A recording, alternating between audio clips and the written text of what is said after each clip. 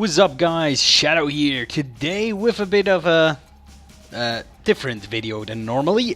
Basically, I'm pressed for time, so I have not really time to record a video today. So I thought to still put something out, I do a little something different. And some of you people might notice, I play Magic the Gathering sometimes. And I thought we could look at one of my decks that I play in Elder Dragon Highlander. So, I'm here on a website called Deckbox, which is really cool. You can organize your magic cards here, you can put them in like an inventory, a database, and then you can make decks, and there's a lot of cool features like a mana curve. You see how many mana symbols there are in your decks and how many types of cards. It's pretty cool and it's for free. There's some more features if you go like premium, but to be fair, even if free, it's pretty cool. I'll leave a link in the description.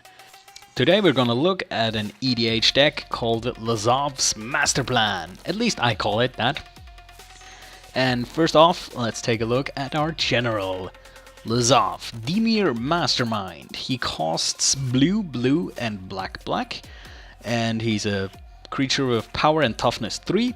He's a legendary shapeshifter, and he has the abilities Hexproof, and whenever a creature card is put into an opponent's graveyard from anywhere, you may have Lazav, Dimir Mastermind, become a copy of that card, except its name is still Lazav, Dimir Mastermind. It's legendary in addition to its other types, and it gains hexproof and disability. So basically, whenever something cool goes into a graveyard, you copy it. That leaves us a lot of strategies. If our opponents play big scary creatures, our general turns into a big bad meanie and we can finish off our enemies with commander damage. If they tend to play more utility-based creatures and they die, well, we get that utility. For example, there's a general that makes everything your opponents play cost more and your spells cost less. So if that dies, well, guess what? Now we have that ability. So it's really versatile in what he does. And since he has hexproof, he's extremely hard to interact with. Edict effects can get him, so if he's the only creature on the board and I need to sacrifice something, then he's dead. You can counter him, or you could mass remove him, which is actually really cool if you see enemies throw out like a damnation just for him. That's pretty fun. So let's go to our creatures first, see what we got.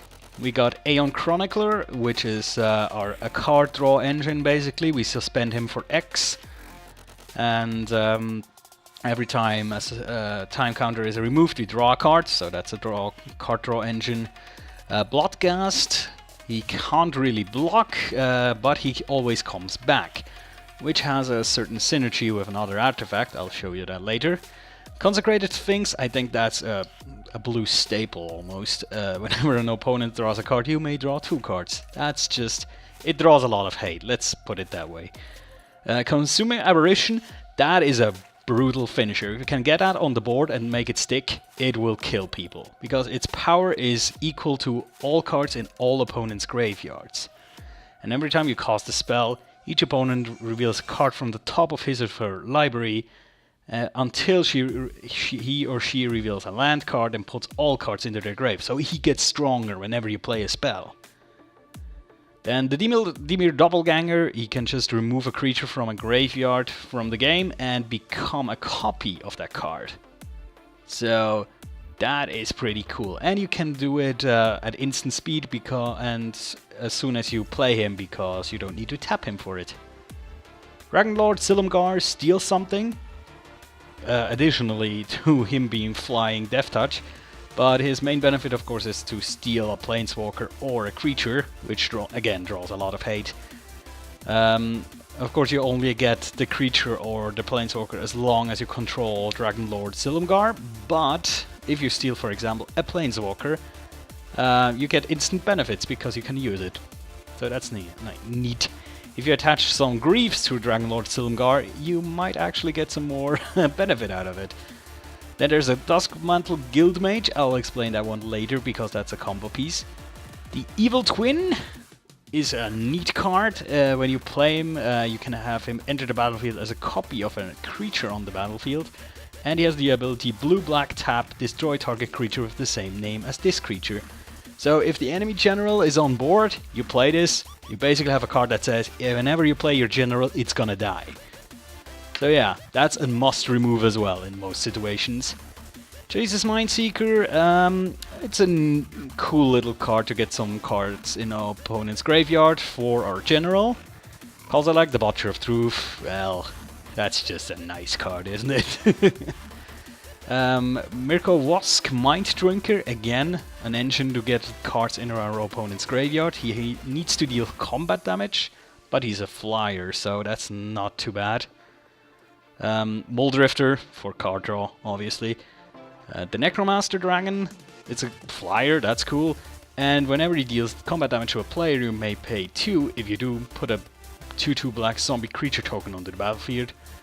And each opponent puts the top 2 cards into his or her library. Graveyard. So this is an engine for our general, and it creates tokens, which makes us more safe from sacrifices, and we can chump block with them. Then Una, Queen of the Fairy, again, great way to get creatures into the yard of enemies. Sire of Stagnation, if you can get that out while the enemy is still building up, if you can get it out in turn 6 or something, or even earlier than that, that's a great card draw engine. Spells Guide, that's just a cool little artifact to redirect spells to itself, so you can protect some of your more fragile creatures like Dragonlord Silumgar or the Evil Twin. And there's the Trinket Mage, or I like to call him the Soul Ring Mage, because he gets my Soul Ring. And some other stuff. Let's go on to the instants. Cackling Counterpart makes a copy of a creature you control. It's very cheap, but you can only target your own creatures. So that's, well, it's a bit limited, but I think I have enough cool creatures to make it worth. Also, it has flashback, which a lot of people forget. I have a cancel in there because I like counterspells. Foul Tongue Invocation, even if I don't have a dragon to show, it is an edict effect, which is very good. Same for Gef's Verdict. Grisly Spectacle, it destroys target non-artifact creature. It's good enough. Most creatures I want to destroy are non-artifact, and it puts, again, cards in the opponent's graveyard. Hinder is a bit of a special counterspell because it puts the enemy's card on the bottom of his library or the top, which in some situations is actually better than the graveyard, especially if you play against somebody who plays things from his graveyard. Induce Paranoia, this again is putting cards into an opponent's graveyard while countering his stuff. Murder, classic. Murder's Cut, also very cool cards to destroy things for 1 mana most of the time. Power Sink is a freaking old card. It counters the spell unless controller pays X or more, and of course the card's cost is X blue. If she doesn't pay X, tap all mana producing lands that the player controls. So you basically can, if somebody plays something, well, maybe taps half of his mana base for something and you can counter it that way, he doesn't play anything else that turn. That's nice. Psychic Strike, counter target spell, controller puts top 2 cards into his library, into his graveyard. That's neat. Again, for our general, Put Away. That's a bit weird, I might replace that one. It's a counter spell and you may shuffle a target card from your graveyard into your library. I don't know. Rapid Hybridization, that's an absolutely cool destroy spell for blue. You leave them with a 3/3 Frog Lizard, which is basically nothing. Rewind, awesome counterspell to untap your lands. Spell Blast, also a counterspell. Tribute to Hunger, that's an edict again. And you gain life, which is nice. And a Vampiric Tutor, just to search for answers if we desperately need something. Now onto the sorceries. We have an All is Dust for a definite board wipe. Black Sun's Zenith, again board wipe, a pretty good one actually. That goes back into your library. Breakthrough, draw 4 cards, then choose X cards in your hand and discard the rest from it. It's X blue, so that's if you're low at cards, that's a cool way to draw 4 cards basically for 5 mana. Curse of the Swine, X blue blue, exile X target creatures. For each creature exiled this way, controller puts a 2/2 green board creature token onto the battlefield. That is a very targeted mass removal, which I really dig. You can get rid of some of the opponent's very strategic utility creatures with that, or some of his big creatures, and you give them swines. Damnation, I recently just acquired that. That is a great card. Destroy all creatures that can't be regenerated. Simple board wipe. Extract from Darkness. That is an awesome card. It goes with the theme of whatever is in your grave is mine.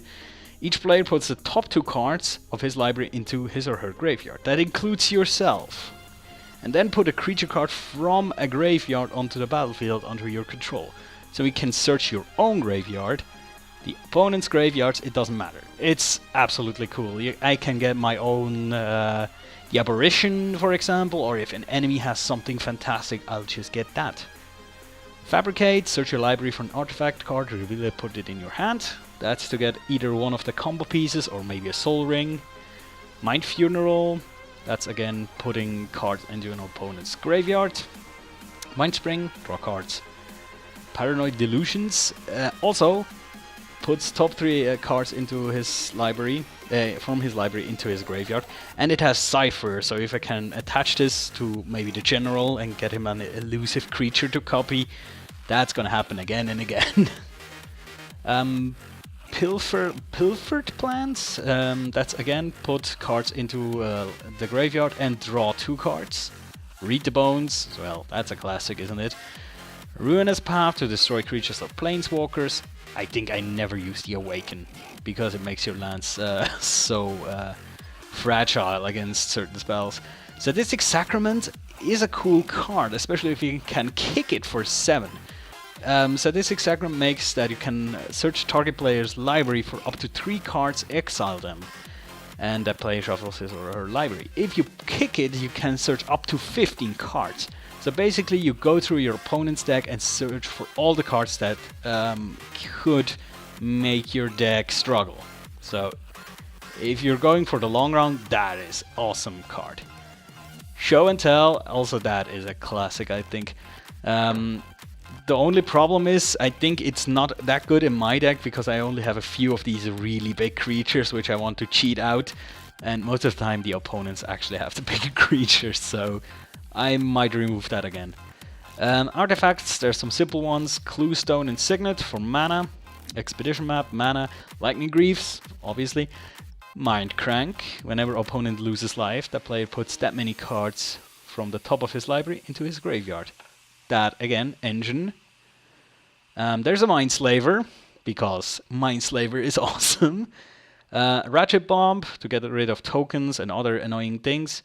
Sensei's Divining Top, which is always cool. Silumgar Monument for more mana and sometimes a creature. Also, a little cool thing about this one, if somebody tries to make you sacrifice your general and you have enough mana, you can actually turn this into a creature and sacrifice it instead.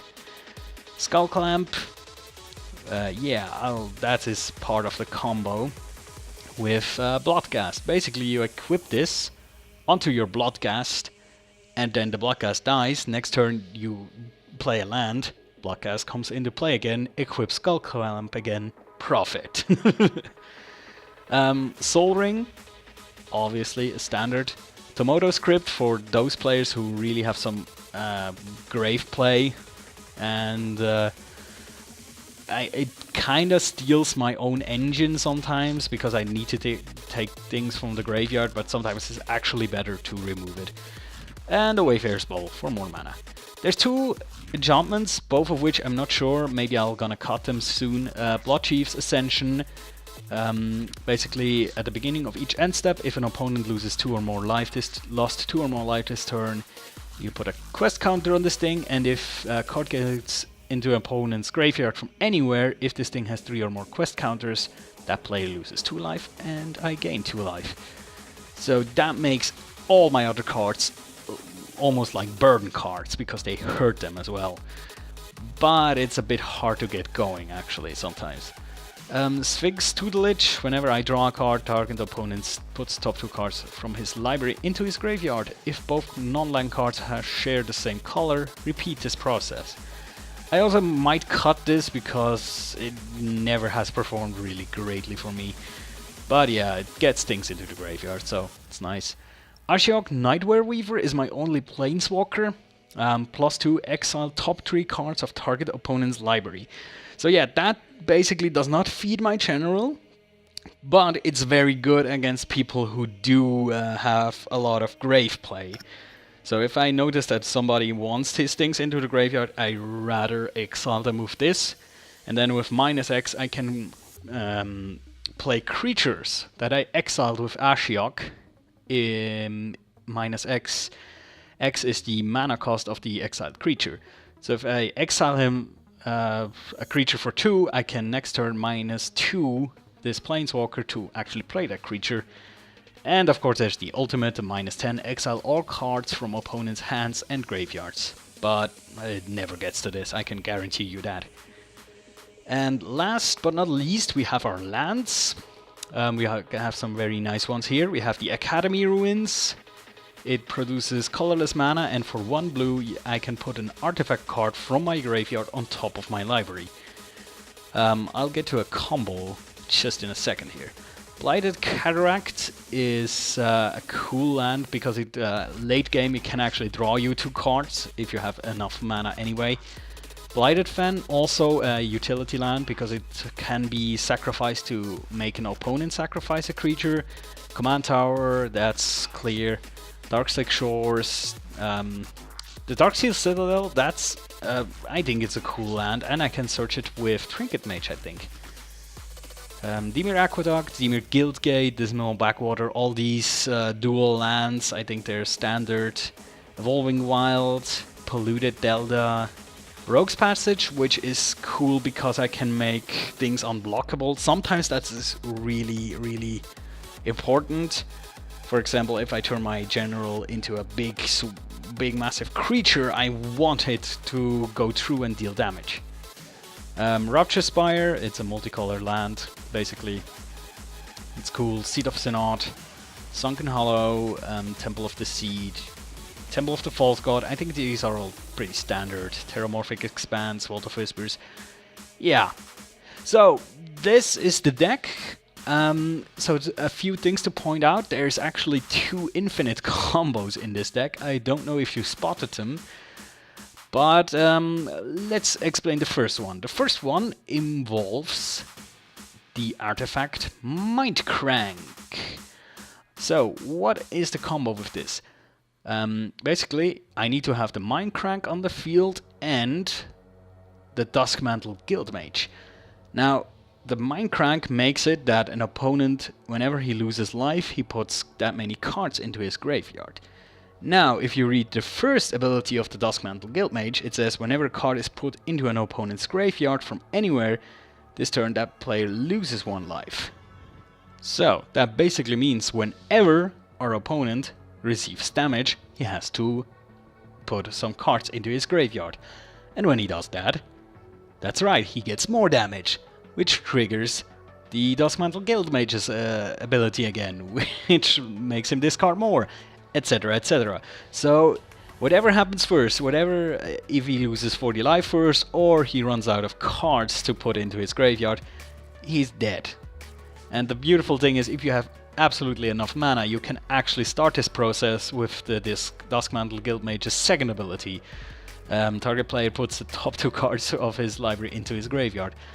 The thing is, most infinite combos I think are not that fun because some are way too easy to set up and are very hard to do something against.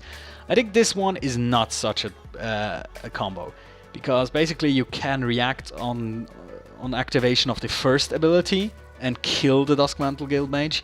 you can kill the artifact, and you need actually have a lot of mana to get this combo going. But once it gets going, it's actually pretty fun, because most opponents don't realize it until it happens. So that's pretty cool. There's a second infinite combo, which is even harder to set up, but if it's set up, it's beautiful. It involves the Mindslaver and Academy Ruins. So, the Mindslaver, of course, reads, you pay 6 mana, and then 4 tap, sacrifice Mindslaver, you control target player during the player's next turn. So, that means you need to spend 10 mana if you want to do this in one turn. Play it and sacrifice it. Now, if you have Academy Ruins, and still 2 more extra lands open, that means you can activate Academy Ruins after you cracked your Mindslaver to put your Mindslaver on top of your library again. Meaning, you'll control that player's next turn and do whatever you want with his cards and his board. And then when it's your turn again, you'll draw a new Mindslaver and do it all over again.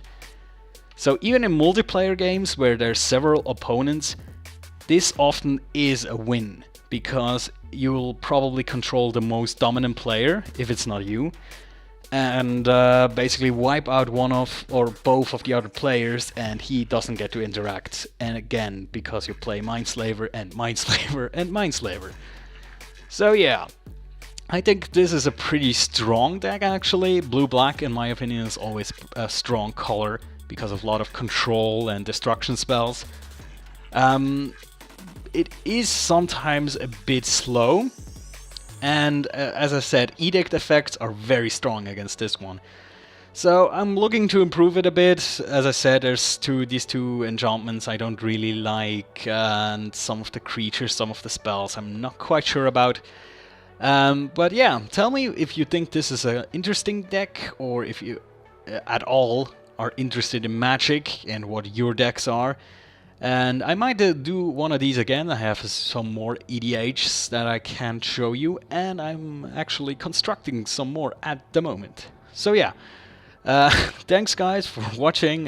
Next week is gonna be a bit more normal schedule with actual Let's Plays and stuff. So yeah, thanks for watching, and I'll see you guys next time.